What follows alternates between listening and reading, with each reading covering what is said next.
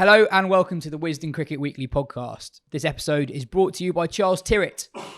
Pros in effortless menwear, whether you need a casual weekend look or sharp tailoring. It's 4 wins from 4 in England's brave new era. This time they've chased down 378 with 7 wickets remaining to level the series against India. Ben Stokes said at the end of the game that a bit of him wanted to see India set England 450 to see how they'd get on. We are living in different times. I'm Yas Rana, and with me in the studio today is the editor-in-chief of Wisden Cricket Monthly, Phil Walker, and the magazine editor of Wisden Cricket Monthly, Joe Harman.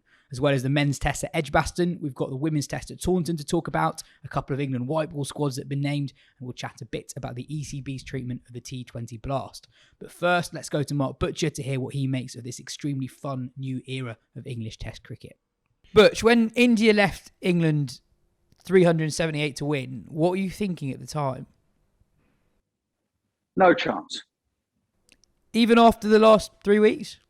Yeah, I thought that despite all of that,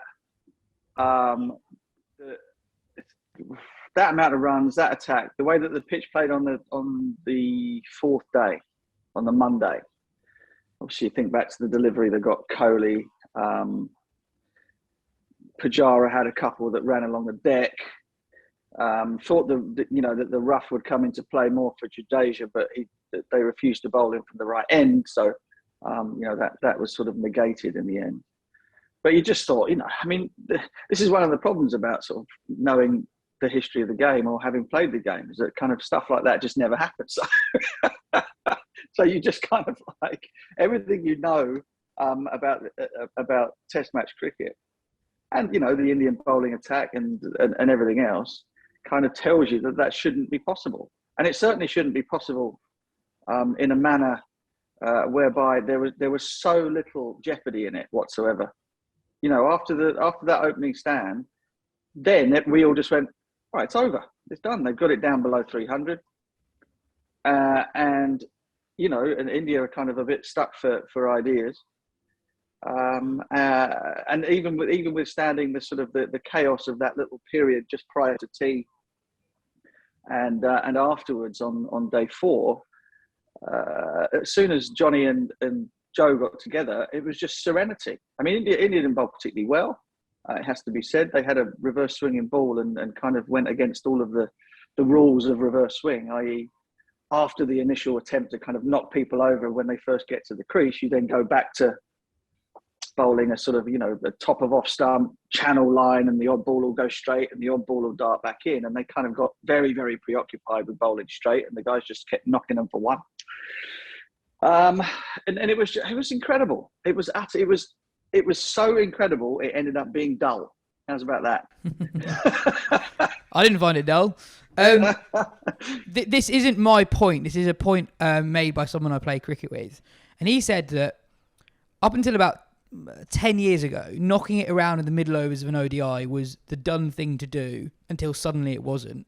Is this what we're seeing now with Test cricket? I mean, the transformation of Alex Lees is just crazy, right? In the Caribbean, he couldn't hit it off the square. And then I think he told Sky after day 4 that the left-handers were tasked with attacking Jadeja, one of the best spin bowlers in the world. It came down the wicket, third ball to Shami to hit him through mid-wicket. Modern players just have so many shots, even someone who initially looked like a bit of a blocker. Is this the way, do you think, the test game is going to go? Well, it's the way England are going to go, for sure. I mean, whether everybody else jumps on the bandwagon and follows them remains to be seen. But England have decided... They've just kind of decided to do away with all of the norms of Test match cricket. I was reading Vish in our rivals, ESPN and Cricket Info, about sort of they basically asked why do we do this, and if the answer comes back, well, because that's the way it's always been done, then they throw it out and do something else. And I love that. I mean, it's fantastic. There's so much sort of crap around. The norms and the accepted realities of Test match cricket that were literally just done because they'd always been done before, and no one had ever questioned it before. So, fabulous. It's you're kind of waiting. I mean, we just thought when India were batting in that third innings and the lead was already 130 at the change, that this is where it comes unstuck, right? India then do whatever they have to do in order to put it away, put it out of sight. And 378 in the end. They would have preferred it to be 450. And a word on England and on the way that England sort of managed somehow to sort of knock them over for the lowest score in the game third time round when they had a 130-run lead is something that deserves its own little podcast, I think. And so they left, they left the door slightly ajar, didn't they, India? Or England forced them to leave the door slightly ajar, and then they just barged through it with all the politeness of Boris Johnson on his way to the buffet table. Just on the India collapse in the third innings, that's the second or arguably third time this summer that England have kind of got back into a game because of the opposition collapsing a little bit and letting them off the hook in the third innings. India just weren't very ruthless. It didn't really look like they had a clear plan of what they wanted. There were quite a few loose shots, but at the same time they weren't particularly attacking at the same time. So it wasn't that clear what India were trying to do.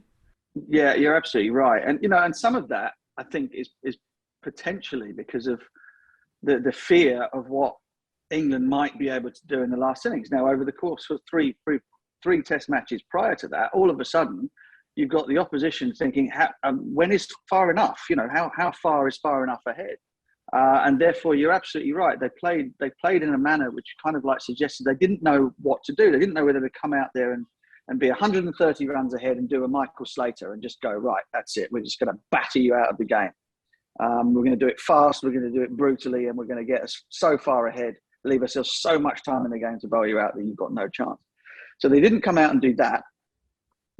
I mean, they might have done had Rohit and Rahul been their two opening batters, but unfortunately for them, that's the way the cookie crumbles. And then even Rishabh Pant kind of like seemed to be, for some reason, he decided he wasn't going to attack Jack Leach on Monday, and he kind of let him bowl, and and in the end, instead of running down and bashing him back over his head, which is the way he's been unbelievably successful against Leach.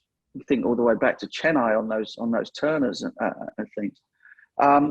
He then goes for the reverse sweep out of the rough, poor option, and Joe Root takes a brilliant catch. And all of the while that this is going on, you're thinking to yourself, well, they're not far enough ahead yet. They're not far enough ahead.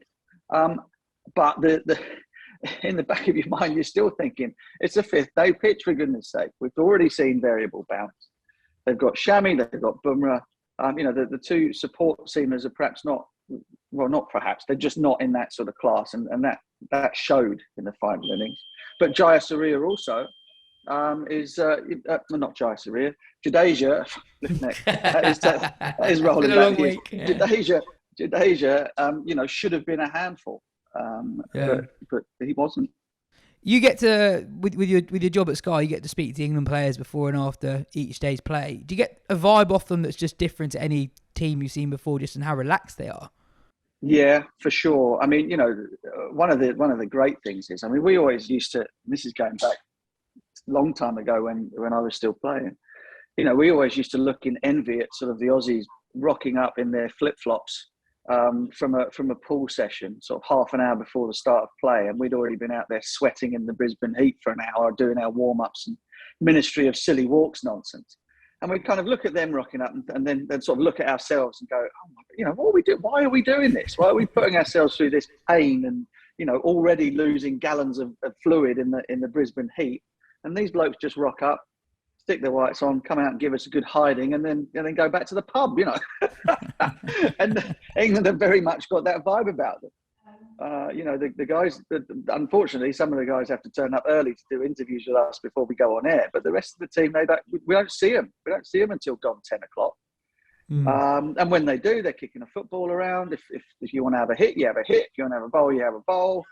It's very, very relaxed. And the players, they are enjoying themselves to the nth degree. They're absolutely loving the management style. They're loving turning up to work in the morning. And they're loving the sort of the freedom that they're having to do it their way, I think, and that's been unbelievably important, and it has made an incredible difference. And just on Bairstow, I thought those 200s felt almost more sustainable than what we saw against New Zealand. Really controlled. He rode the waves of pressure in both innings. It's a freakish run of form. It is, yeah. I mean, we did quite a long piece. It started off as a conversation about Jonny Bairstow and just how brilliantly he's picking length at the moment. Using Hawkeye. Literally anything that was in a good length, in the sort of the red zone or whatever, he defended or left. I mean, his defence has looked so solid. Absolutely rock solid in defence. His lining up of the ball and off stump, knowing what to leave, has been immaculate as well. I mean, it's tempting to think that he's gone out there and just smashed the ball, but he hasn't. And every time they missed, whether short of that red zone or full of that red zone, if it was full of it, it went back over their head or hit the extra cover fence before anybody moved. If it was short of it, it's a short arm jab or it's pulled or it's cut. Incidentally, he's now taking a sort of middle and leg guard instead of the middle and off one that he was taking before. I mean, far be it from me. And so at the minute, it's very, very simple. Good ball defend, bad ball hit for 4, and he hasn't missed. He just hasn't missed for weeks, and it's been astonishing to see. And then of course you've got his great mate at the other end, Joe, it's just sublime. I mean, we're so lucky to be able to see somebody as good as that make the game look so easy and do it beautifully as well. I mean, which is not to say that Jonny Bairstow is not fun to watch or anything like that, but there's a kind of there's a classicism about Joe Root. There's an ease, there's a grace, all of the things that there's artistry about what he does. And long may it continue. Awesome. Cheers for your time, Butch. Chat to you next week. Phil, Joe Root's good at batting and he's also a really nice man as well. Yeah, I don't know how he does it. I don't know how he walks that line. You don't see it with many. The great players always have a gargantuan ego, even if they are well practiced at suppressing it. But with him, he somehow seems to find this balance of being ordinary, self-aware, normal, and a genius. I don't know how you do that. And that interview that he gave after the game yesterday, so we're recording the morning after the latest freak, and he gave such... Did you see it, Joe?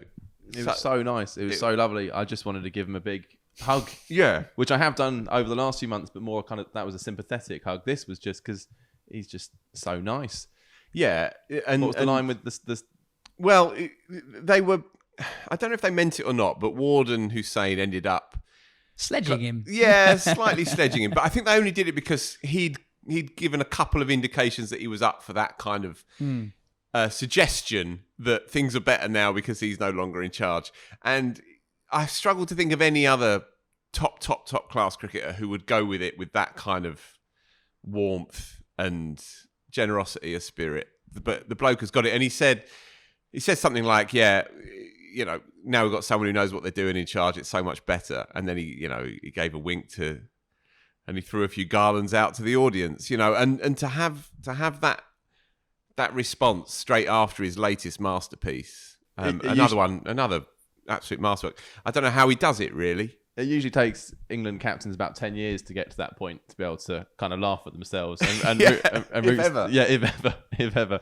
And Root's done it in about 3 weeks. But it does help when you're the best batter on the planet, right? Yeah, absolutely. I think the latest ICC rankings were updated today, and Root's ICC batting rating is down the top 20 of all time. So that's about right. Pretty phenomenal. Yeah, absolutely. Just on Root, there was that stat that came through about dot ball percentage through the history of the game, and you had a couple of outlandish hitters in there in Gale and Sehwag, I think KP and maybe Hayden. Joe? Hayden and Bradman. Hayden, perhaps, and Bradman, and then Joe. And yet, he's a more complete player than the first 4. He's not quite as complete a player as the last one, but then no one ever will be. But we're having to now talk about him not just in the context of what's happened in the last couple of years, but what's happened in the last couple of centuries. That's where we're now having to talk about this player. He always resonates such joy and humanity, I think, when he bats. And I know that sounds pretentious, but that's how I feel. There's a warmth to everything that he does when he bats. Even the really good players, it can look like an intense kind of struggle, or it can look like you're kind of showing off a bit, when you're on top. Root doesn't have any of that. He doesn't have any of that arrogance. He doesn't have any of that kind of self-insulation either that you sometimes get with the really good players. It's like they're playing their own game, they're getting their runs, and whatever happens elsewhere happens. You don't get any of that with him. He's an open-hearted cricketer. He's obviously a complete joy to watch.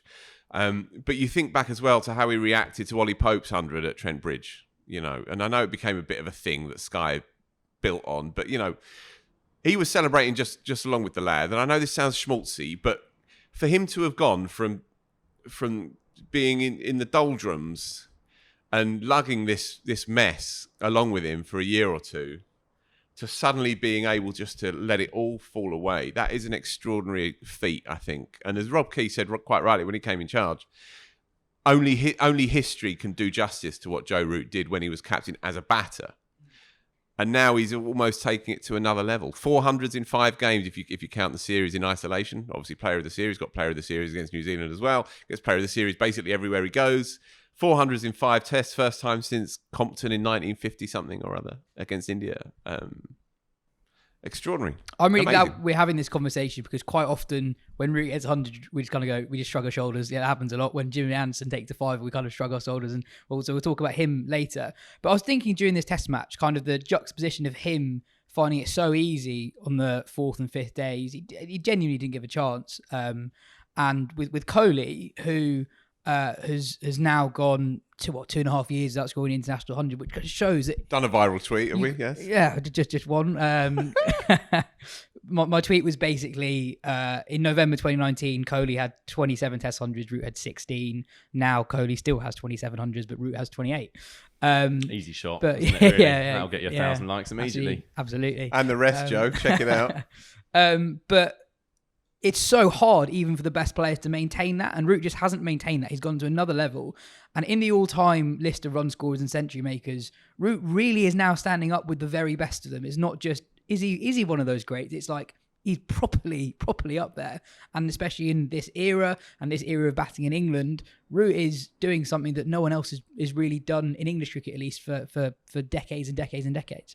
Watching him yesterday, I was trying to think: have I ever seen in my cricket watching life seen a batter make Test cricket look so easy? I think one day cricket is a bit different because you watch Just Butler now, for instance, or Virat Kohli when he was at his peak.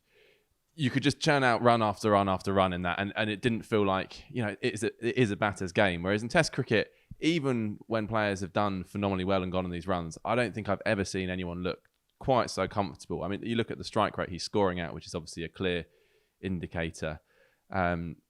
It just looks an incredibly simple game to him. And this is also, you've got to remember, he's been playing against the best sides in this period of time. It's not like England have had a bit of the schedule where you get to play the sides ranked 6, 7, 8. These are the best sides in the world that he's played up against. And fair enough, he didn't get the big runs in Australia that we hoped he would do, but he still had good series, really. He still had decent series, all things considered. It's funny to think we kept saying, well, even though the captaincy was obviously a struggle, it seemed to be bringing the best out of him as a batter. Well, actually, maybe it was holding him back a little bit. He has gone up another level since, and he's clearly enjoying himself more than I've ever seen him enjoy himself as a Test cricketer, certainly.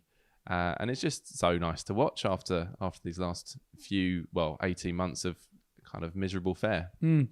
Phil, by focusing so much on the new captain and new coach, do we almost lose just how ridiculous Root and Bairstow's form is at the moment? Both average literally more than 100 this summer. Bairstow is doing so at a strike rate of more than 100. Their partnership in the 4th innings was England's highest in the 4th innings win ever by miles. On Bairstow, can you make sense of this revival? Because there's been a bit of Bairstow revisionism recently. He was out of the runs for ages in Test cricket, and now he's putting something together that is comparable to what Root has over the last 18 months. Also, Phil, just remind us, did you pick him in your first test of the summer? I can't. I wanted to see some red ball runs. Well, now you have. Well, I mean, he did fail for three knocks, didn't he? You just sort of forget that in the context of it, and it wasn't really under pressure, clearly because England are not going to drop players anyway. There's no not such for thing. years. Yeah. There's no such thing as dropping players anymore. But there were people saying going into that fourth knock of the summer after 2 blobs and a 16, I think he made, that he kind of was due. He was due a few. I can't answer it. I just can't. He's always been a streaky player. 2016 was a year-long streak. I spoke to a couple of people who were in the dressing room, and they said it's been difficult for him, been difficult for everybody. Australia always, opens up those sores, and they become running sores across a long period of time. And obviously, Bairstow wasn't in the side in the first half of the Ashes, and it had become difficult for everybody. And I'm kind of paraphrasing a little bit, but Bairstow was in a position where he was, on the one hand, a World Cup winner, on the one hand, a white ball gun, on the one hand, an IPL stalwart, and then on the other, a kind of drinks carrier on the periphery of the Test team, despite having made some significant contributions in the Test team. And for a character like Jonny Bairstow, that's going to be difficult. He's going to feel isolated in effect. But one of Stokes' masterstrokes is that he's come in and said, "You're one of my main men. You're a senior player now, and with senior status, that confers expectations to deliver, but also to carry yourself in a certain way." And that's clearly what he's been crying out for. He's been crying out for respect within the Test match setup. Root acknowledged again in that marvellous interview, "Yeah, well, you can probably blame me for that because he was bitten and out the side when I was skipper." In the Stokes era, he has said to him, "There's no better player at number 5 than you. You are my man." And a character like Bairstow needs that, and now he's got that. That can't begin to explain how you can do what he's done. They kept talking about not messing with form. It's a good line. It's a cliche. It's a dressing room cliche. It's the kind of thing that grown-ups say, as if like club cricketers like us could ever say, "Don't mess with form," and say it with a straight face. But, the big boys say that sort of stuff. And what's happened with Bairstow, and this is one of the things that I'm always confused and bewildered by how this happens in cricket, because, I'm a club cricketer and nothing more than that. But when the force is with you, if you like, all the things go your way, don't they? All the things go your way. So the inside edges never go onto the stumps. The catches never go to hand. The flails and the plays and misses never connect. The top edges always sail with the wind. They never go against it. All of those kinds of things play out. And I'm not suggesting for a second that to denigrate what's been off the charts stuff, memorable forever. We'll talk about this when we're old, this month, and Jonny Bairstow's 6 months.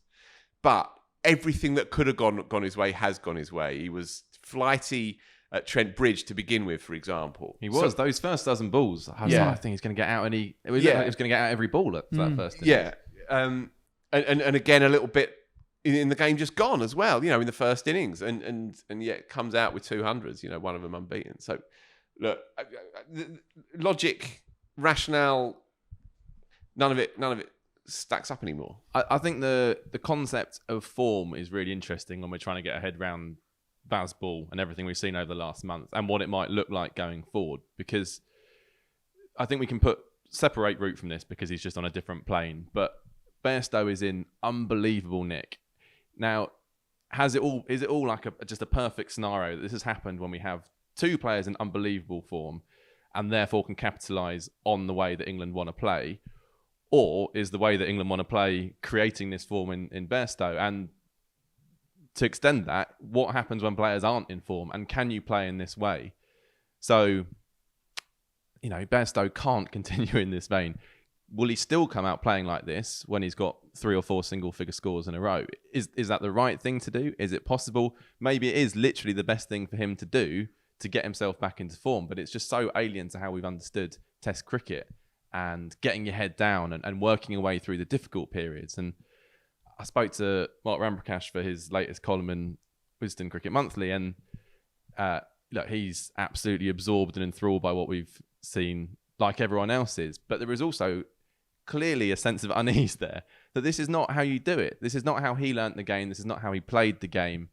There might even, and this is not what he said, there might even be a tinge of envy that, well, if I played with that kind of freedom, well, maybe what could I have done? Have we all been doing this wrong, basically? And we're crossing eras, clearly.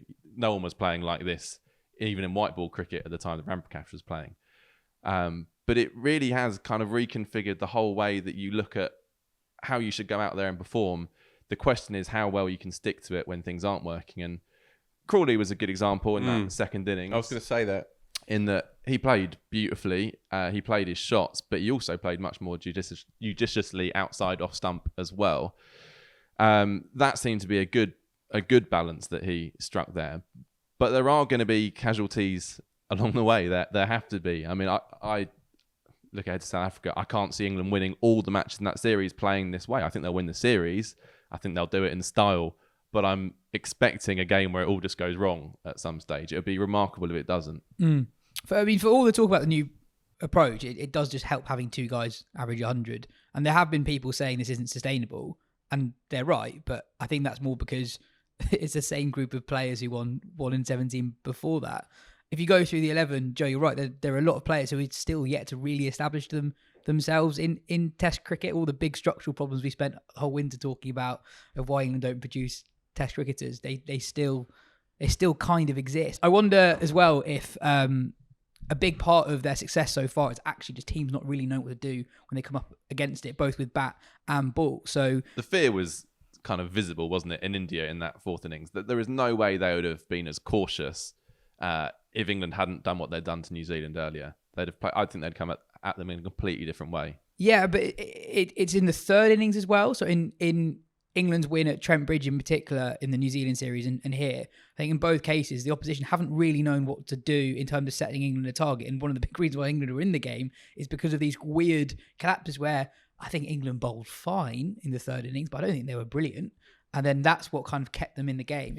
And Stokes flaunted this thing in the interviews after the India game. He said this, that teams are not going to know how to approach that 3rd innings. And the conventions have kind of gone out the window. Just a tiny word of caution. I don't want them to get too bolshy, right? You know, when Stokes is saying, well, a part of me wanted just to set them 450, see how... I know what he's saying, and it's great, but cricket does come back and bite you on the arse. The flip side of that point is that they kind of want to be bitten on the arse as well. It's just weird. You know, McCullum saying, we want to keep pushing it until we find where the line is, and we want to go past that line, and only then will we know where our limitations are. So we almost want to balls it up in order to know how far we can go. But yeah, just be a wee bit careful. You know, they're obviously riding this extraordinary wave at the moment, but just be a tiny bit careful. Incidentally, talking about players being absolutely banging form, playing and getting it, the one slight, not question mark, because it's not that, but the one who hasn't got the balance right is the captain himself, who I think, incidentally, on the pitch has been marvellous, by the way. Having seen it live at Leeds in particular and watched it as closely as I could, I think he's an extraordinarily good on-field skipper. But with the bat, he's not got that balance right just yet. He got lucky at Lords against New Zealand when he splayed his stumps against the Grand Home, and obviously he's got caught mid-off a couple of times. This comes back to what I was saying about form, though, and I know he's played some brilliant knocks this summer. That obviously he smashed Worcester around, and he played the knock at Trent Bridge. But is he actually in good enough form to get away with the way he wants to play at the moment? And the impression is not really, because even he Trent Bridge aside, where he was actually quite controlled whilst also being aggressive, he's been streaky in that. Even in his mini knocks, in his cameos, he's been quite streaky. Obviously, he got dropped the ball before he got caught by Bumrah at Edgbaston. It looks like he's forcing the issue in a way that Bairstow and Root aren't quite. Striving for something that isn't quite there at the moment. Yeah, indeed. route obviously is separate to all these conversations. Bairstow is playing a kind of ultra Bairstow role, and he's doing it every week. But he's always been a counter puncher by nature. Stokes is a more complete player, technically at least, than Bairstow, and temperamentally at least. And yet he's playing outside of himself a bit too much, I think, at the moment. But then I had this conversation late on Saturday night with some mates, and my instinct is, well, he'll find the line. He'll find his own personal way of doing it, and it's just a case of trialing this thing and finding where the point is. I think his approach when he was in Bairstow's slipstream at Trent Bridge, when he was 70 odd not out at run a ball, having not really played a shot, I would hope that that's a more accurate model going forward than the kind of skittish versions that we've seen elsewhere. But again, we'll have to wait and see. He's also got a lot on his plate as well, and he also took 4 for 30 to blow that innings out the water as well on day 4. On our daily video pods, Rory Dollard made the point after day 3 that you would never have thought this when he got appointed, but Stokes is almost more important now as a captain than the player, which is bizarre. Just going back to the third innings problem, I think teams have been muddled, but why is it confusing? Surely you should bat normally and score as many runs as possible. What is there else to really think about? Like you know right. No, you know that England are just going to have a go at whatever. So like, I actually think that's the thing that's most unsustainable about this England approach, is that they have been, I think, quite fortunate with how much teams have let them get back in the game, and I don't think the way they've got back into the game in the third innings, it has got that much to do with how they've bowled, I think. Joe Root was, during that really good interview, he talked about England bowling short to tail enders, because that's something they've done badly a lot over the last few years. And he basically said bowling short to tail enders is like bowling the top of off stump to good players, in that you can do that badly. And he basically said England did that well in the third innings. And that is probably true, but I don't think that is the reason why India completely collapsed. No, but I think in terms of that, what sides are doing in the third innings, I think you usually get to a point where India were, where they had a substantial lead, and you just, at that point, you think, we've probably got enough, we'll just hit out from here, because everything else is sort of a bonus. And I think with this England team, you don't get to that point of feeling safe and then just being able to play freely. So actually in that second innings, Jadeja played quite conservatively, given the way we know he can play. The same with Thakur. So he, 4 off 26 balls? I mean, we saw what he did at the Oval last summer. At that point, they should have really been taking on the England attack. Instead, they went within themselves thinking, we actually need to get our head down and keep going for a bit longer here, because who knows what's enough. And to be honest, that question, I was thinking yesterday, they were 3 down for 378. How many could they have got? Yeah. 450? 500? Yeah. Yeah, absolutely. So I think it's that kind of, I think I can see there is that impact on the way sides play, but soon enough, sides will shift as well. And they'll have to start playing the same. Yeah, and they'll have to shift their tactics wholesale as well. I mean, if you're watching this and you're Dean Elgar, for example, you're thinking, right, well, we don't want England chasing. But then that means what? You win the toss at the Oval and you say, we'll have a bowl when the sun's beating down. So it's going to spook them, just as it spooked the two big teams, the two very, very good big teams that they've already played this year. It's just upending the rules. I think Dean Elgar's going to race to a 30-ball 50 on the first morning of the series. Got to get ahead of the game. Yeah. I think in some ways people aren't giving enough credit to the thought that's going behind it. So he said England are just playing attackingly. But actually, I think that's very true. But look, with Alex Lees, for example, he gave an interview with Sky and he said his job was to, as one of the left-handers, they were told to attack Jadeja in the way they were attacking the seamers. Very, very quickly, India went from 4 slips to 2 slips, and there were gaps in the field, and England could actually score runs still fairly easily. So there is real logic behind England's attacking. It's not all out attack. It's they, to be honest, as you're right, with the exception of Stokes, probably they are picking their moments when to go, and Root and Bairstow did as well. Yeah, and if they can develop an opening partnership with a bit of light and shade, that, all right, it's never going to be Cook and Strauss, obviously, but that can do that kind of damage, which was considered and rational and technically sound on both sides, then that is sort of the final piece of the jigsaw, really. Obviously, there are players who are not world class in certain positions. There are players who are kind of water carriers in certain positions, sure. But if they can get an opening pair that can do the job of what an opening pair is meant to do, then that becomes a formidable cricket team, a really, really formidable cricket team. It's funny, isn't it? Lee's averaging 26 after 7 tests. We'd usually be sitting around this table talking about, maybe he's got a couple more tests left. Actually, I feel very positive about his England future. And that's as much because he's got out for a couple of 30s where he's looked really good, I think.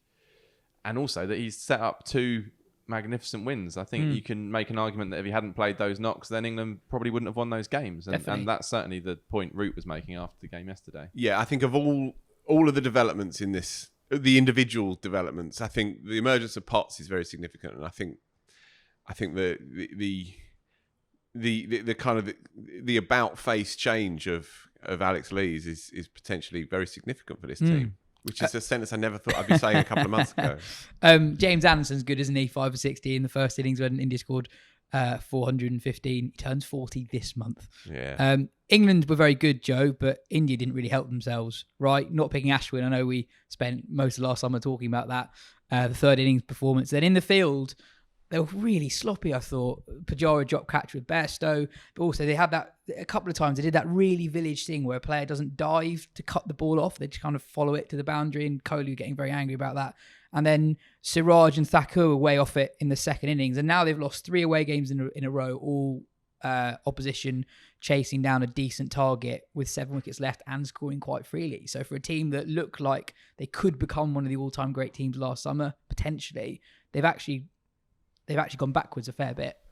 Yeah, I mean, we shouldn't forget Rahul and Rohit were the absolute bedrock of what felt like a series win last summer. I suppose in isolation, it was a series win. So those were huge losses. Shubman Gill is fabulous to watch and is clearly going to be a very, very good Test cricketer. But in these conditions, he is way down from those 2. And again, Pujara, I know he got a second innings half century, but he's not got the light and shade that Phil talked about. He's not going to hurt you. So even when he was in, he's a frustration, but he didn't feel like he was going to kind of turn the game. But I was expecting India to lose this test because just, that crap word, momentum. But it's so hard for sides, as England well know, turning up in a foreign country without much practice and just playing a test match. But I think we saw that with Siraj and Thakur. I think that looked like kind of lack of match practice. But you're right, there were some oddly un-Indian things like the frailties and the fielding. It seemed like they lacked a little bit of that energy, that bite. Obviously not in Kohli's case, who was snapping all over the place. But I don't know if that's the fact that he's not captain or whether that was maybe some intimidation on the part of England, that suddenly that balance had been redressed slightly. But yeah, it wasn't really the India you would expect to see. But again, I think on balance, that should be more due to England's. We should give more credit to England for that than we should criticise India, because overall it was a brilliant Test match. Yeah, I guess that one moment when you felt like this is the India of 2021 was when they took those 3 wickets for 2 runs in the 4th innings, and Kohli, despite the fact he's not captain, he wasn't bowling, he didn't take a catch, felt like he was central to it. And it felt like Kohli team of last year, where as soon as they sensed they could really seize a moment in the game, they did. And actually, I think they lost the momentum bizarrely because of the 2 botched reviews. It gave because the crowd was basically 50-50 England supporters, Indian supporters. And that was the moment where the England fans had something to seize upon themselves. And it kind of felt like India had lost a little bit of momentum in a weird way. Rishabh Pant is very good, Phil. He's now up to number 5 in the batting rankings in the world. He averages nearly 45 in Test cricket, playing the way he does. He's on the losing side, but again, what a phenomenal knock. Yeah, almost no one does it like him. England have got 1 or 2 pretenders. He could do well at 7 for England. He could, yeah, if he fancies it. Right, Rishabh Pant. I'm rarely right, but I did say a couple of years ago that if he wants to occupy legend status in the game, then he has to do it at Test match level, because there are many minor geniuses in Indian white ball cricket, and some of them don't even play for India. The point of difference with him is what we're seeing now in the 5-day stuff, and he has found that elixir, that perfect balance between wildness and responsibility. And although the odd occasion when it doesn't work, you feel like 1.3 billion people are coming down on his shoulders, it works so often now. It's worked in big moments, in big games. And he got them out of a hole on day one because, England were all over them like a cheap Some suit. of the shots on that day were just absolute. The one where he ended up on the floor like 3 different times, didn't he? Yeah, my mate said, who falls over more, Rishabh Pant or Bob Mortimer in Mortimer and Whitehouse Gone Fishing? But anyway, he my favourite shot that he plays is his own shot that no one's ever done before, although Butler does a version of it. It's when you don't move your feet at all. When you stand in your stance without a trigger, and you literally do not move at all apart from your hands.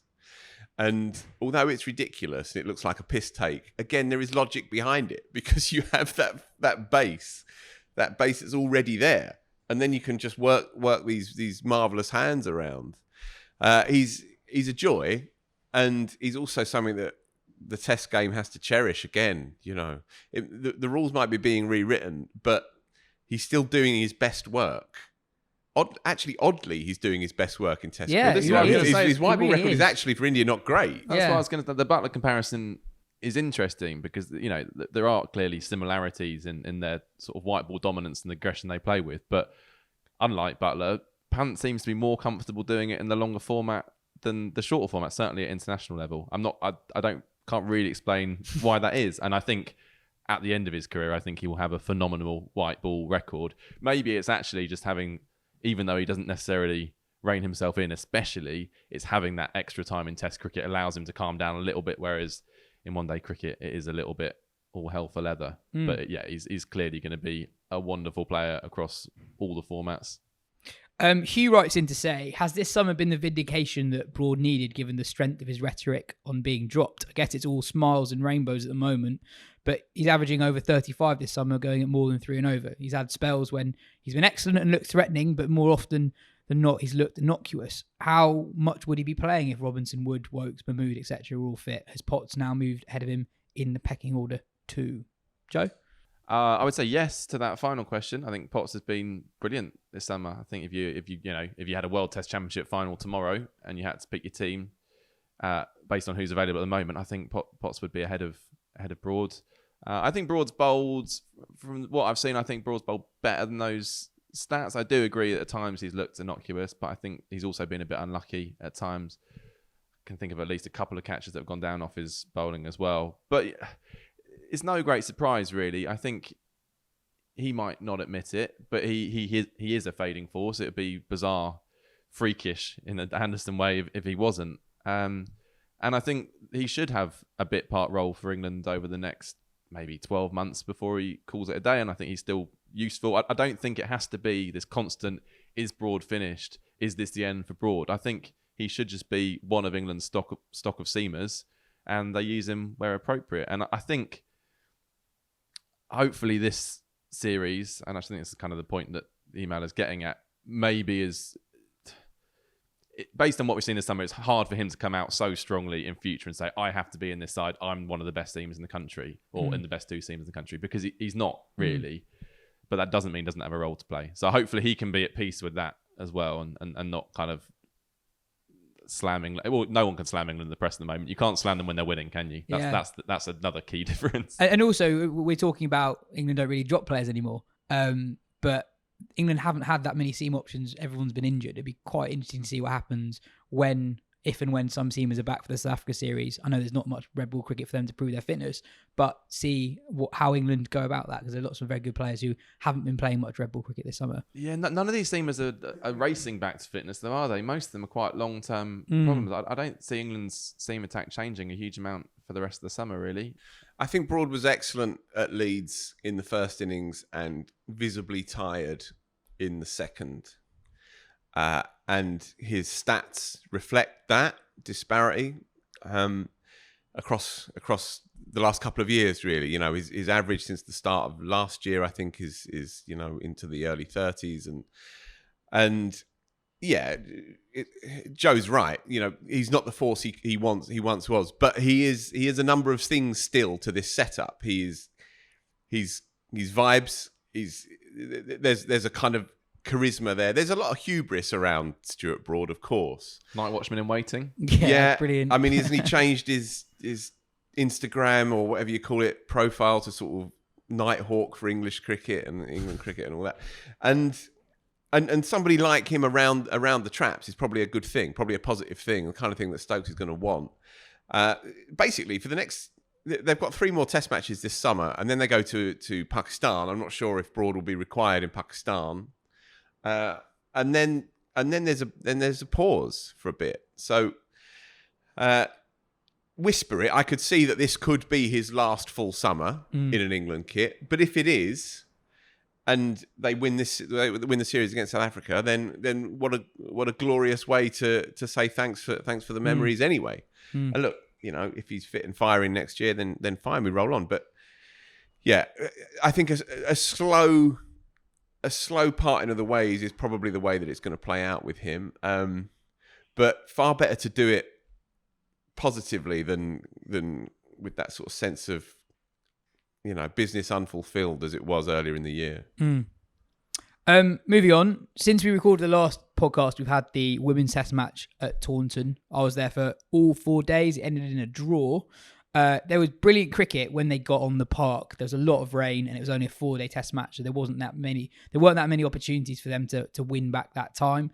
Marizanne Kapp, Nat Siver and Alice Davidson-Richards all scored superb hundreds, all from varying degrees of tricky positions. The Davidson-Richards, so England had 4 debutants, and I thought the Davidson-Richards 100 was really positive and kind of shows that even though there are some frustrating elements of how women's cricket is still being treated in there not being a 5th day, for example, that there are strides being made. Davidson-Richards hasn't had a contract. She wasn't essentially contracted. She was on a rookie contract for a couple of years, and she did a bit of work as a personal trainer. You spoke to her, right? A few days ago, Joe.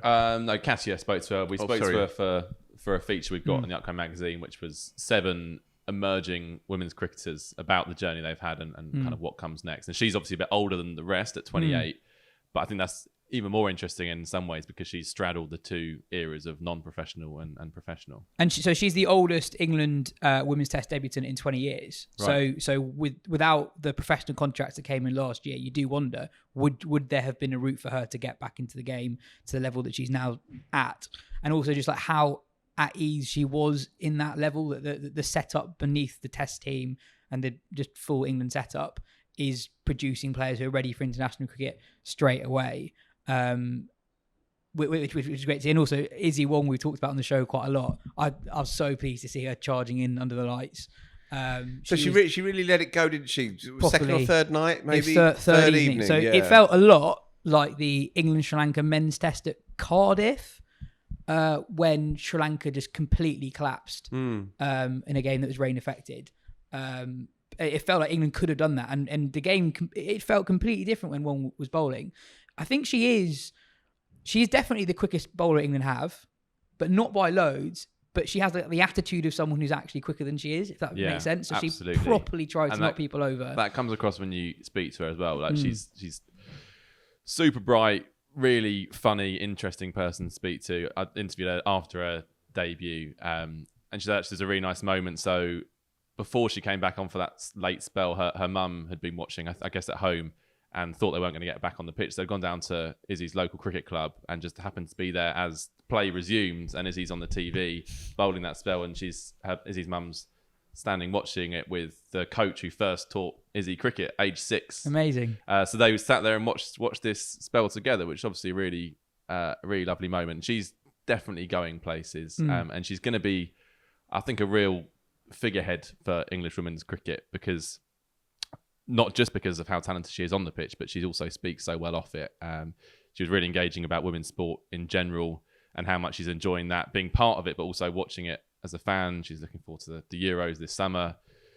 She told me that at the Commonwealth Games this summer, there's more medals available for women than men for the first time ever as well. So she's very clued up. She knows her stuff, and she's really something to be cherished in women's cricket. And it'd be great if she can step up and take over from Brunt and Shrubsall as England need her to, really. Yeah, absolutely. I thought Lauren Bell was was really good as well. And that her spell on the first day was really impressive. She obviously releases the ball from 8 feet high or whatever. But she's another one who's really impressive off the field as well. So she did her. I spoke to her like the day before the Test match or 2 days before the Test match, and she did her dissertation while she was on tour with England over the winter, and her dissertation was on the way in which women, professional female athletes, are treated differently on social media to their male counterparts.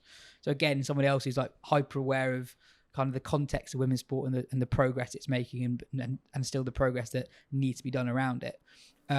Whilst you were there, Yas, there were some great things in the match, but the overriding sense was another, why haven't we got a fifth day? Why has this been stunted effectively? What was the mood at the ground at the time amongst the press and also the players? Well, I felt really sorry for Heather Knight at the end of the game, because every time she plays a Test match, she has to answer the same questions, and she's on the record of voicing her frustration that there's not a fifth day. And I get the sense that it's frustrating for the players that every time they play Test matches, they almost have to justify why they should be playing Test matches. And I think the 4-day stuff, I think, is an ICC directive, but I think there are some things that the ECB should be doing more as well to give women's Test cricket the best chance of succeeding. So, for example, England haven't played a women's Test match at a men's Test ground for over 20 years now. The Test was scheduled Monday to Thursday. How often? I don't know the last time the men have had a Test match without a weekend day. A Monday start. Ever. Exactly. So to give it the best chance of succeed, they didn't give it the best chance of succeeding at all. The crowds on day 3 and 4.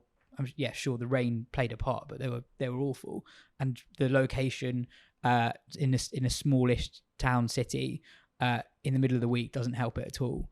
I think a lot of frustration, but I think there are strides being made as well. I think the Duke's ball made quite a big difference. The cricket was much better. The bowlers were kind of always in it. There weren't any periods where you felt the cricket was a bit dead. You've always felt there was a good battle between bat and ball throughout. Batters could score freely, but also the bowlers were always in it. So I think it was good cricket when they got on the pitch. Is it 90 overs a day? More than that. It's more than that. Yeah. So it should work out as a 4.5 day cricket match. Basically, yeah. But as soon as you get rain, that's it. Basically, Sure. So Raf Nicholson's written a good column on the match in general, but specifically the kind of 5-day Test match issue. You might be aware of this already, but she said that the ICC allow you to schedule it over 5 days, but you can only have 4 days of cricket. So you can only use that 5th day if one whole day is wiped out. Yeah. So in effect, it's a reserve day. So there is also sort of room in the scheduling already, and I understand that the ICC might be wary of countries not wanting to lose money by hosting tests, which do lose money. But surely there should be a kind of a clause or an amendment that allows boards to negotiate a 5th day if they so wish to do so. There's no World Test Championship in women's cricket, so you wouldn't say it's unequal to other Test matches. It does. Just let the boards decide for themselves, surely. And if the boards then don't do it, then we can criticise them for it. But at the moment, you can't even really criticise the people that you want to, because we don't know where it exactly comes from. And no, 100%, and also one of the things that I felt during the Test match as well, that for women's Test cricket to improve in like a product, they need to just play more. South Africa, that was their first Test match in 8 years. I think like maybe 2 of their players, they were all making their debuts, and their captain Sune Lu said at the end of the Test match that I think she did do a good job as captain, but said it's a hard thing to do when you've literally not captained a side in that format before and you don't play much of it. So I think they just need to do as much as possible I think the big 3 seem to be playing slightly more Test cricket than they used to. But I think they need to do as much as possible. New Zealand haven't played a Test match in nearly 20 years. Some good teams haven't played Test cricket for a while. So the news came through yesterday that New Zealand's women getting equal pay to the men, same match fees for domestic and international games. Is that right? Yeah. Announced yesterday. Well, listen in then, ECB. Just on the 4-5 day thing, and in a sense of equality. And other reasons, play 5 days, especially in England, where you get crowds and it's a money maker rather than a money loss. But from a strategic point of view, I'm just trying to figure it out in my head. And if there has been a kind of a sort of a fearfulness in women's Test cricket before at certain moments, in not too long ago either. If you think about the game at Canterbury, for example, when I think England played out something like 35 maidens in a day, and I was actually there at the time, there's been an assumption that this is how you have to play Test cricket, and it's resulted in a lot of tricky watches historically. But the game has changed very quickly and in a very short space of time, and it's changed quite dramatically. And now there is, as we saw in the Canberra Test match, there is a clear desire to A, produce a pitch where you can get a bit of life out of it, and B, produce a show, produce a game, dangle the carrot in the fourth innings and go for it, and only shut up shop right at the death as England did. And I think while it's alarming to look at those numbers of the preponderance of draws over the last 15, 20 years, I don't see that moving forward particularly, because I just think it's just been such a dramatic change in the approach. And so while 5 days safeguards that, it also possibly eliminate or weakens that sense of wanting to move the game along. It's the argument for 4-day Test matches, whether you're a man or a woman. It's the argument for it, but it's also obviously an argument against it, that if you do have a bit of rain, then you lose too much out of that game. But I can understand why, considering the financial constraints around the world as well, 4-day cricket is the way. 4-day cricket with 100 overs per day is the way that they've positioned Test match cricket for women so far. I can understand it in the same way that they've done that with lower tier men's full member sides as well, playing Test match cricket. I can understand the logic of it. I don't know if I agree with it, but I can understand the logic of it from a strategic perspective. Yeah, I mean, what Joe said, they just should definitely have the option for a 5th day when it rains. Sure. But what you said earlier, Heather Knight basically said exactly that. When you don't play that much Test cricket, their instinct was to play quite conservative cricket. But it's no longer the case. But now they've played more. They've realised that actually you can try things that are more positive, more attacking, and you actually can do that, and it works. Yeah. And only now, with England having played slightly more Test cricket in the last 2 years than they had done in the previous 2 or 3 years, they do have the confidence to do that. And Heather Knight now has captained a few women's Test matches as well. So yeah, and we saw it with India last year as well, when the opener Verna came out to bat and it was slapping it all over the place. And now that will be the model, and we will see a lot more results, whether it's played over four days, provided it doesn't rain too much. Whether it's played over 4 days or 4.5 or 5, you'll see a lot more results, full stop. That game would 100% have had a result if you had a full day of cricket left. And also, even though England were on top, the way Cap was going in the second innings and the way she went in the first innings. South Africa could easily have won that Test match. It was nicely poised. Yeah, really was. Before we move on, let's hear what Gulliver Sports Travels have in store for cricket fans this winter.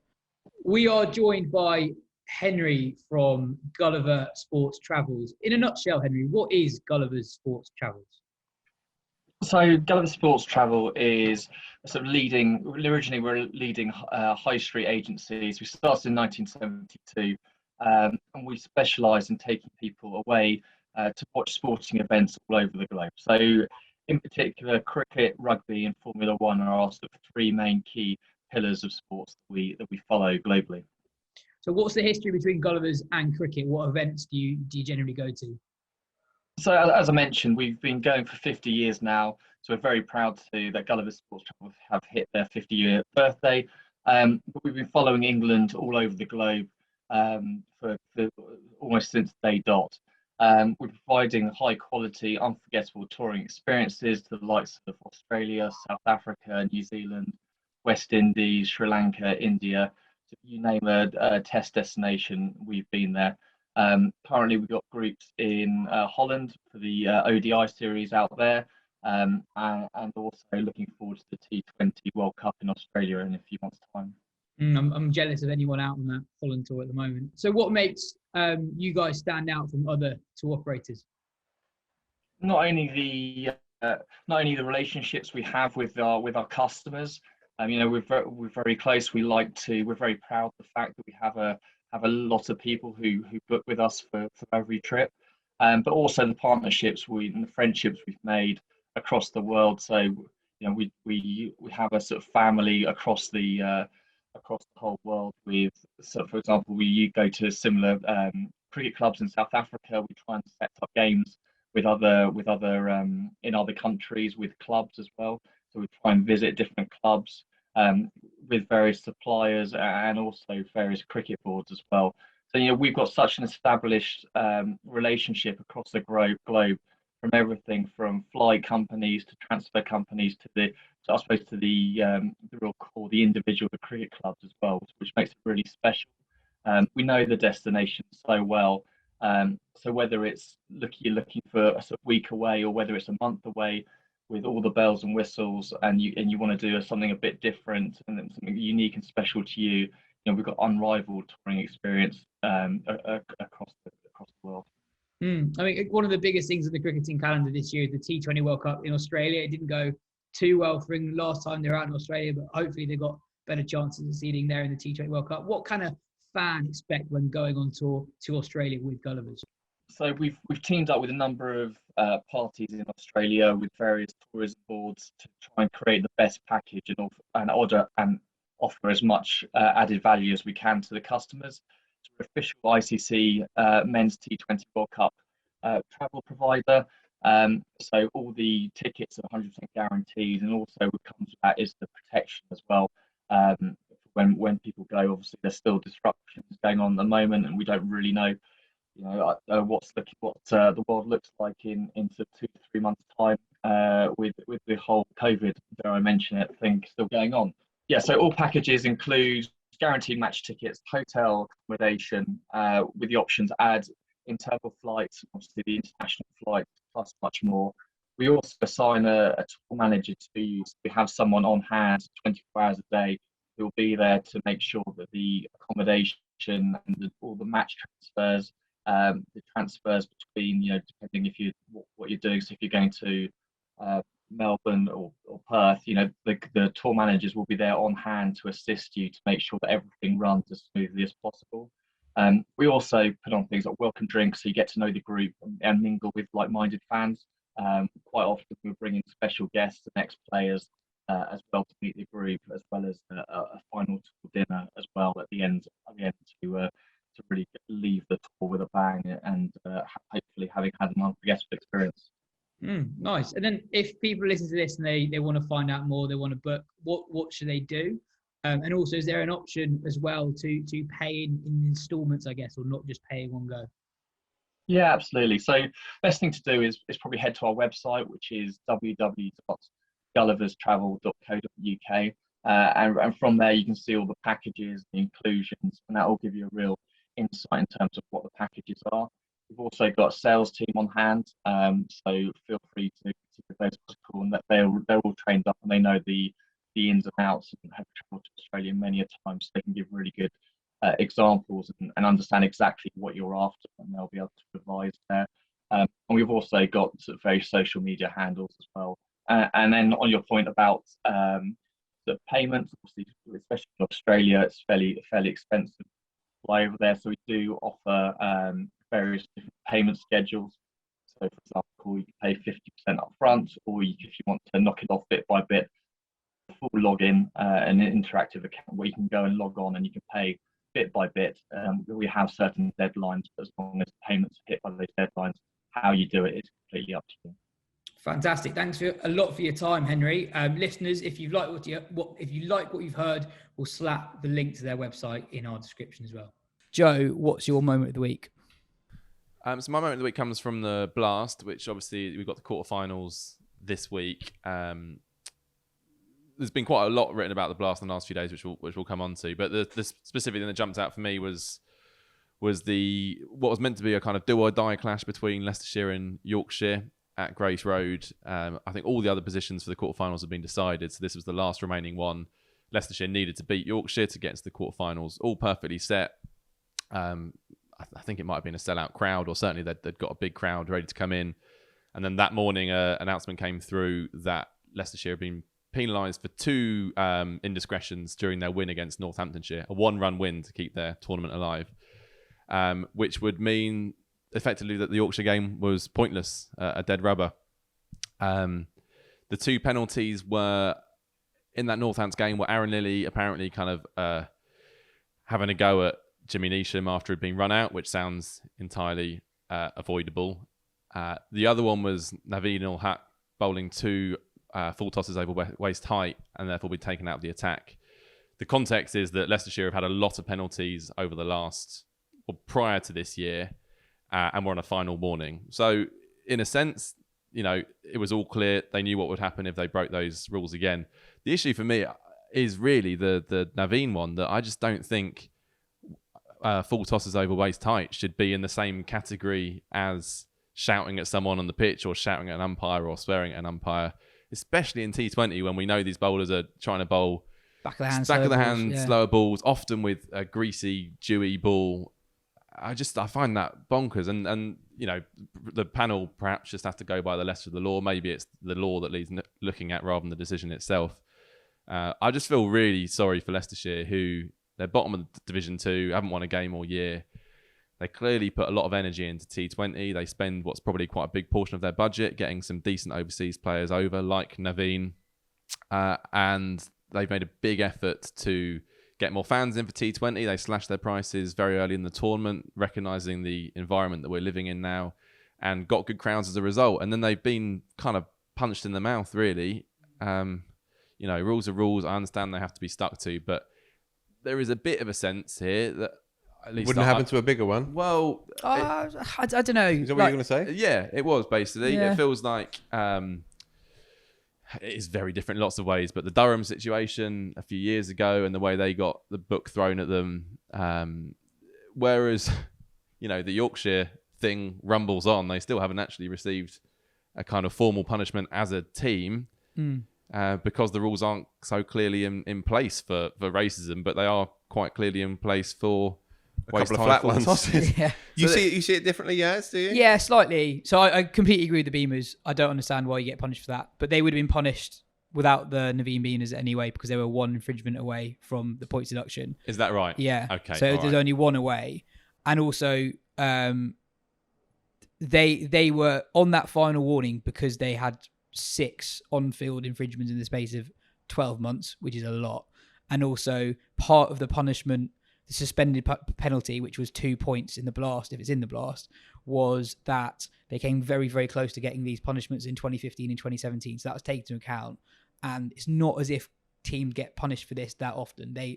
Their behaviour has clearly just been worse than other teams, but improved this year. That's what they claimed in mitigation. The other thing, Leicestershire asked if their points deduction could be pushed forward to next summer. Maybe there's not. Maybe that's not what the rules suggest, but that would have seemed quite a reasonable way. You still lose the points eventually. Yeah, that would have seemed a fairer way of going about it for me. I don't think Yorkshire could have had too many complaints if that had been the case. And then obviously the final bit, Leicestershir went and thumped Yorkshire by 60 runs, which I guess only added to that sense of what might have been, really. Yeah. But, I'm not slamming the ECB here. There are rules in place, but it did feel like a team that could do with a break ended up being given a kick in the teeth instead. And then just on the blast in general, you were going to talk about, and Andrew Miller's written a piece in the upcoming Wisden Cricket Monthly about this, about the lack of love it's getting from the ECB, basically. Yeah, David Ops has written a really kind of impassioned piece on ESPN Cricket Info about this too. Yeah, it's just, so we've got to the quarterfinals, and actually I remember when you asked us for our predictions at the start of the tournament, you said, having asked us, it's basically pointless because we don't know what the sides will look like come the quarterfinals. And that's what's happened now that England have got white ball matches, so a lot of the counties that have got through have been massively depleted. Surrey here have lost Chris Jordan, their captain, and a handful of other players, Yorkshire too. And, this should be building to a crescendo, and actually it just ends with a kind of limp finish. And there are ways around this. The ECB has a very difficult job in setting up a schedule, largely because it's added a 4th competition to its own schedule. And the result is that, as county fans feared, the blast is very much the last thing to consider, and it is indicative of the way that things are going. And there are those fears that the blast in time will just be ushered to one side, and it does feel step by step that we're getting to that point, which a lot of the players would be very sad about. A lot of fans will be furious about, understandably, especially when they were promised this wasn't what was going to happen. And it does feel like we're edging closer to that sort of by the day, really. And that's a real shame because it's still a great tournament. It has its problems. 18 counties is a lot, we know. But if you're going to have it, you've got to back it. And it feels like it does feel a little bit like it's kind of being set up to fail at the moment. And also in terms of this is a tournament that means so much to the players. They take it extraordinarily seriously. It's for a lot of players the pinnacle of their summers. It does lose its integrity a little bit if immensely you lose 10 players for a quarterfinal. Immensely, and it demeans the tournament through no fault of the teams that are involved. We're recording obviously at the Oval. Big game tonight, Surrey Yorkshire, and it's a twos game, and there'll be a full house in, and they've never faced each other in the tournament ever. And it will be tinged by that fact. And just personally, for me, a quarterfinal in the Blast is far bigger than a T20 game against India. Yeah. Not just from a punter's perspective, but from a player's perspective as well. It must be. And TV spectacle, I think, as well. Yeah. So it's, from a punter's perspective, there'll be more people tuning in to see a team of superstars, Yorkshire Surrey, than there would another here today, gone tomorrow who gives a toss T20 game, which is nothing more than a cash cow. Nothing more or less than that. Instantly forgettable. Ravi Shastri coached India and said this a few weeks ago. He said, I don't remember any T20 game, apart from in a big tournament, of which I was the steward for. He just doesn't remember. Nor do I, nor does anybody. It's purely an exhibition game. These are not exhibition games. These are crucial to the future of these individual counties and crucial to the membership and to the fans who are investing so much time into it. You play 14 games to get to this point, and then you get your team ripped apart because you need a rest day because you got to play for England in a couple of days. It's a load of bollocks. It's absolute bollocks. And it's also clearly representative of a wider issue of the domestic game getting squeezed, and as Andrew Miller points out in his column, he says there's a three-way reduction of status of the only formats that matter at global level. And and we know why this is. It's because the 100 takes centre stage, and they bet so much on it needs to come off. But I think if the ECB want to be canny and keep the people on side, or try and pull back some of the fans that they've lost, then it's not that difficult to make sure that the quarterfinals of the Blast are played at a time when they can be fitting of the occasion they're meant to be. But personally, I don't mind so much that it's squeezed into this crazy week where you literally finish a test match and then you've got 4 games with the odd England game sprinkled around that. I don't mind that because it is so crazy at the moment. But what does piss me off is that England they'll name a squad, even though everybody's constantly moving around in English cricket. They'll name a squad. That'll be your squad. That's stuck now. And even if your club gets through to a quarterfinal, and even if your quarterfinal is 2 or 3 days before some T20 game that you haven't been playing for England for, there's still no flexibility in there. Just make it a bit more flexible. Just name a squad of 18 or name a squad of 14 with 4 reserves. And if your main squad needs a certain number of players to be taken out for one game, then you bring in your reserves. Just show a bit more flexibility, obviously, and then it will just raise the standard completely and make more people interested in the thing. Absolutely. And now on to those exhibition games, England have announced squads for the ODI series and T20I series against India. Interesting names in there. Harry Brooks in both of them. Craig Overton's in the ODI squad, which I was slightly surprised by, and Matt Parkinson's in there as well. Bryden Cast got a call up. Yeah, the ODIs. he's in there as well. Bowler. And in the T20I squad, Richard Gleeson, the 34-year-old Lancashire Quick, is in there for the first time, rewarded for a fine season in the Blast. Just on Gleeson, and this is a nod to Matt Roller at ESPN Cricket, because I didn't really know this, but I was writing up for the magazine yesterday. Amazing story, really, Gleeson. All kinds of terrible injuries. He was playing club cricket until he was 27 for Blackpool. Just got a trial at Northants. Playing a bit of minor counties for Cumberland as well. Got a trial at Northants. Managed to get into the setup. Got a big transfer, obviously, to Lancashire. But he's had all kinds of injury problems. He's had metal pins put in his back. Even as late as December last year, he wondered if he was ever going to play professional cricket again because his body was being held together, with string and chewing gum. And he had this operation which was touch and go, and it's fused his back together again. And he's come out and he's taken 20 plus wickets in the Blast this year for Lancashire, bowling heavy duty, muscular block hole deliveries, a lot of clean bowls in that number. And so it's a really nice story and quite an unusual story, increasingly rare, almost vanishingly rare story that, you go around the backwaters and then you end up getting an England cap some point in your 30s. So it's a nice story, that one. And fully deserved as well. England also announced a Lions white ball squad for 250 over games against South Africa. Some very interesting names, this one. So it's going to be captained by Tom Abel. You've got the 17-year-old leggy from Leicestershire, Rahan Ahmed, in there, who's had a brilliant last season. Tom Banton, Sam Cook, Ben Duckett, Steve Eskenazi, Sam Hain, Adam Hose, Benny Howell, Jake Lintott, David Payne, George Scrimshaw, and Will Smead, who's still not played a 50-over game professionally. So lots of exciting games there. The second game will have list day status. To finish the show, Joe, there's a raffle for a very good cause that's close to us. Do you want to talk about that briefly? So this is a raffle which has been set up by a guy called Joel Lammy, who's actually written some questions into the podcast previously, but we know him from doing work experience with Wisden a while ago. He himself has suffered from a chronic pain condition, which has kind of restricted his life quite a bit. But he's doing some really positive work to try and make life a bit easier for disabled people. Namely, it's a charity called Changing Places, which is aiming to build toilets that go beyond ordinary disabled toilets. They are bigger and include items such as hoist and changing bench. Without them, many disabled adults and families with a young person who has additional needs feel unable to visit the city centre. This is specifically based in Peterborough. So between us, we've set up a raffle. So it's just £5 to enter the raffle.